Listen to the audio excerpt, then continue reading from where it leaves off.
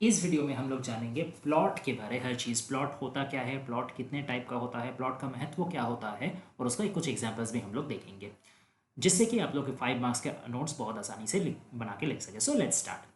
देखिए, प्लॉट को अगर बहुत आसान शब्दों में बताया जाए तो that is nothing but a chain of events. ठीक है, इसको आप स्टोरी लाइन भी कह सकते हैं। ठीक है, कोई स्टोरी में, कोई कहानी में, चाहे वो नॉवेल हो, ड्रामा हो, शॉर्ट स्टोरी हो या नैरेटिव पोएम भी हो, बस उसमें कहानी होना चाहिए।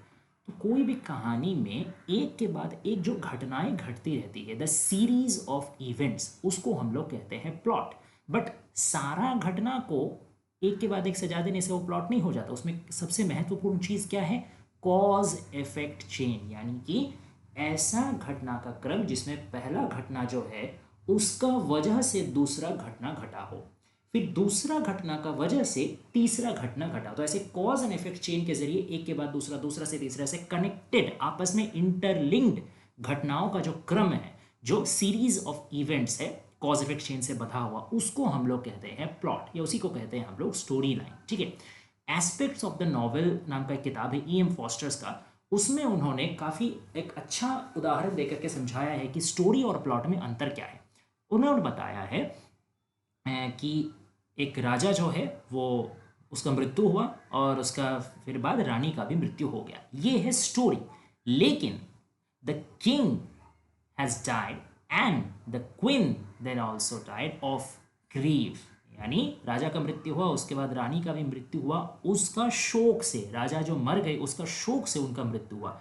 ये चीज़ अगर बताएंगे तो ये हो गया प्लॉट, क्योंकि पहले वाले में सिर्फ दोनों घटनाएं थी, लेकिन अब की बार में दोनों घटनाएं तो है लेकिन उसमें कॉज इफेक्ट रिलेशन साफ साफ दिख रहा है। तो that is the difference between plot and story. ठीक है, अब फ्रेटैग नाम के एक जर्मन राइटर थे, उन्होंने एक पिरामिड सजेस्ट किया था कि प्लॉट का पिरामिड वो क्या है। उसमें उन्होंने 5 पार्ट दिखाया है, खासकर ये उन्होंने ड्रामा के लिए सजेस्ट किया था कि ड्रामा का जो प्लॉट होना चाहिए वो ऐसे ही 5 पार्ट वाला होना चाहिए। क्या वो 5 पार्ट है?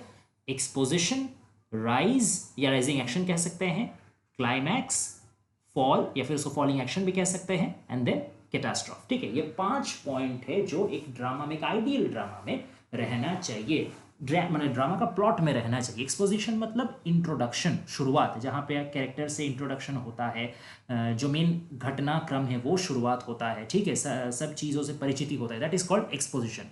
फिर होता है राइजिंग एक्शन। राइजिंग एक्शन यानी जो एक कन्फ्लिक्ट है, जो एक प्रॉब्लम है, उसका जो सूचना होता है और वो धीरे धीरे और क्रिटिकल पर्याय में वो धीरे धीरे आगे बढ़ता है, that is called rising action.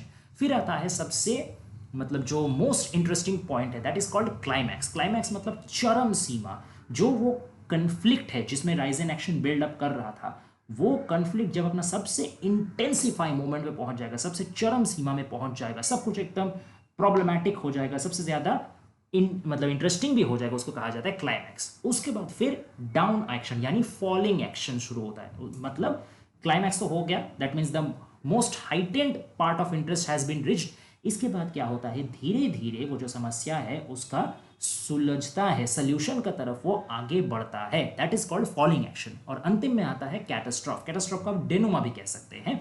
ठीक है, ये इसको आप कंक्लूजन भी कह सकते हैं, तरह तरह का नाम है।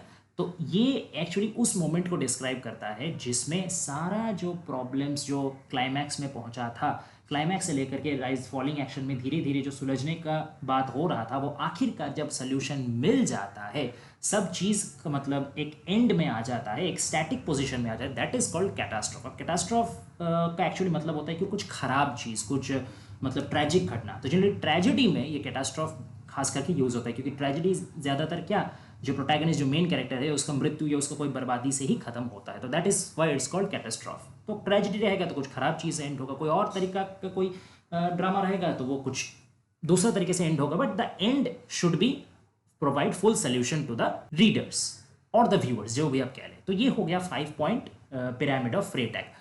अब प्लॉट जो है, एरिस्टोटल का एक बहुत फेमस किताब है द पोएटिक्स। पोएटिक्स में उन्होंने ड्रामा का हर पार्ट को लेकर के, पोएट्री के भी कुछ कुछ पार्ट लेकर के डिटेल्स में आलोचना किया है। अब उसमें उन्होंने बताया है कि 2 तरीके का प्लॉट होता है, एक होता है सिंपल प्लॉट, दूसरा होता है कॉम्प्लेक्स प्लॉट। ठीक है, सिंपल प्लॉट का है जिसमें आपका क्या होगा कि सिर्फ ये राइजिंग एक्शन, फॉलिंग एक्शन वगैरह जो है वो रहेगा। ठीक है, क्लाइमैक्स रहेगा, लेकिन क्या उसमें दो चीज़ें नहीं रहेंगी, उसमें एनाग्नोरिसिस नहीं रहेगा, उसमें पेरिपेशिया नहीं रहेगा। अब ये दोनों चीज़ें क्या है? एनाग्नोरिसिस का मतलब होता है रिकग्निशन। जो मेन लीड कैरेक्टर है वो जब ऐसा कोई फ्लॉ, ऐसा कोई ट्रैजिक फ्लॉ अपने अंदर रियलाइज करता है कि ये मैं शुरुआत से ही गलत कर रहा था और यही गलती की वजह से मेरा आज जो प्रॉब्लमैटिक सिचुएशन है उसी की वजह से मेरा ये गलती ही दाई है, ये जो उसमें रियलाइजेशन करना है इसको कहते हैं एनाग्नोरिसिस। ठीक है। और दूसरा है पेरिपेशिया। पेरिपेशिया यानी द रिवर्सल ऑफ फॉर्चून, कि शुरुआत से लेकर के अब तक, मतलब एनाग्नोसिस का पॉइंट तक, सेल्फ रियलाइजेशन का पॉइंट तक जो घटनाक्रम चल रहा था वो अब कंप्लीटली रिवर्स हो जाएगा, बदल जाएगा। अगर शुरुआत से हीरो के साथ अच्छा चीज़ें हो रही थी तो एनाग्नोसिस के बाद बुरा होना शुरू हो जाएगा। अगर शुरुआत से खराब हो रहा था तो एनाग्नोसिस के बाद अच्छा होना शुरू हो जाएगा। इस चीज़ को सेल्फ रियलाइजेशन के बाद ये चेंज ऑफ फॉर्चून होता है, इसको पेरिपेशिया कहते हैं। तो पेरिपेशिया और एनाग्नोसिस ये दोनों अगर मौजूद रहे कोई स्टोरी लाइन में तो उसको कॉम्प्लेक्स प्लॉट कहा जाएगा। अगर ये दोनों मौजूद नहीं रहे तो उसको सिंपल प्लॉट कहा जाएगा। और एरिस्टोटल ने ये भी प्रेफरेंस जाहिर किया है कि complex plot is way better than simple plot, क्योंकि ये काफ़ी ज़्यादा मतलब ड्रामेटिक एलिमेंट्स ऐड करते हैं, ये दर्शकों को काफ़ी सोचने में या दर्शकों को काफ़ी ज़्यादा एंटरटेन भी करते हैं, और एक एस्थेटिकल या लिटरल वैल्यू की तरफ से भी देखा जाए तो that is also rich in complex plot. ठीक है। अब और भी ढेर तरीके का प्लॉट होता है, लीनियर प्लॉट होता है, नॉन लीनियर प्लॉट होता है, एपिसोडिक प्लॉट होता है। ठीक है। ये और भी डिफरेंट टाइप्स ऑफ, देखिए प्लॉट का अगर उस तरीके से क्लासिफिकेशन करनी जाएगा तो 10-15 तरीके से निकल जाएंगे। मेन जो प्लॉट है वो सिंपल और कॉम्प्लेक्स है। अब लीनियर यानी कैसा प्लॉट कि जिसमें एक सीधा क्रोनोलॉजिकल ऑर्डर में चीज़ें घटती है, कि पहले मान लीजिए एक हीरो पैदा हुआ, उसके बाद वो बड़ा हो रहा है, उसके बाद उसने कुछ एडवेंचर किया, फिर मर गया, जस्ट फॉर एग्जाम्पल। तो ये हो गया कि एकदम क्रोनोलॉजिकली टाइम ऑर्डर को मेंटेन करके, दैट इज कॉल्ड लीनियर।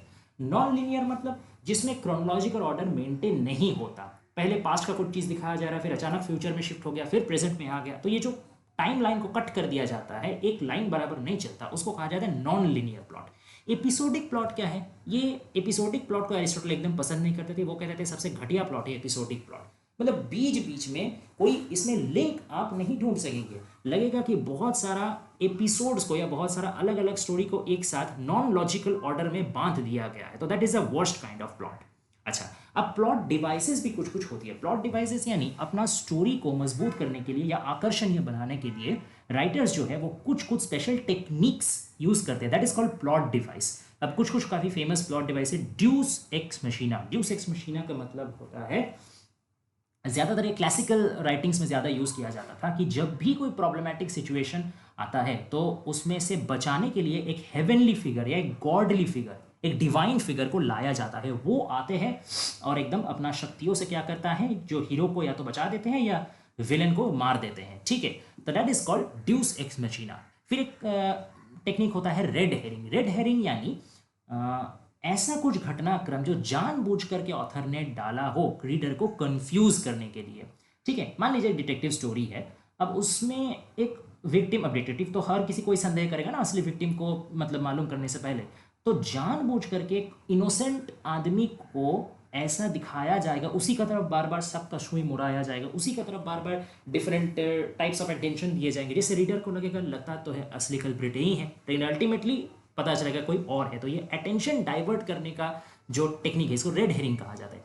फिर एक बहुत फेमस टेक्निक है चेकॉव्स गन। ये एंटन चेकॉव यूज़ किया करते थे, उनका थ्योरी भी ये था कि there should be nothing extravagant in a short story. Short story में जो है उतना ही चीज़ रहना चाहिए, उतना ही चीज़ का मेंशन रहना चाहिए जिसका कोई ना कोई महत्व रहे कहानी में।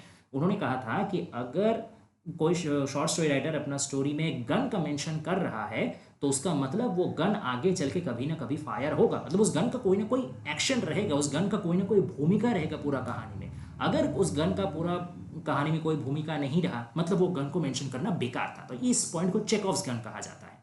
फिर एक और अच्छा टेक्निक है फोर शैडोइंग। फोर शैडोइंग यानी कि आगे क्या घटना होने वाला है उसको एक हिंट दे देना पहले से। कि मान लीजिए जैसे हीरो हीरोइन है, वो दोनों गए एक कॉफ़ी शॉप में, अब देखे वहाँ पे एक दूसरा शादीशुदा कपल के बीच में झगड़ा हो गया। ठीक है।